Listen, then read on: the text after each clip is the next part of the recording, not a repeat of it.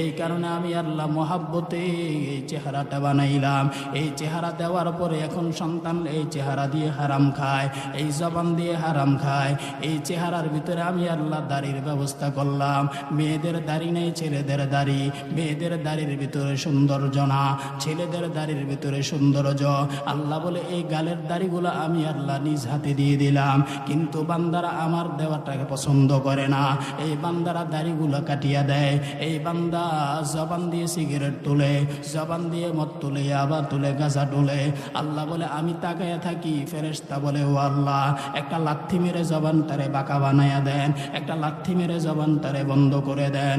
আল্লাহ বলে না না, আমি বান্দাকে আদর করে বানাইছি, এত মহাব্বতে বান্দাকে বানাইছি, লাথি মেরে বন্ধ করে দেওয়ার জন্য না।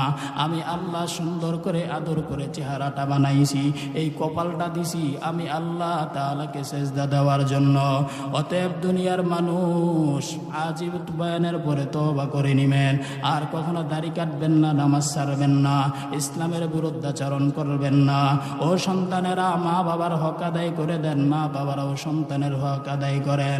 দুনিয়ার স্বামী আর স্ত্রী তোমরাও স্বামীর কথা মেনে চলো, সাবধান কখনো হারাম খাইবা না, হারামের কাছে যাইবা না।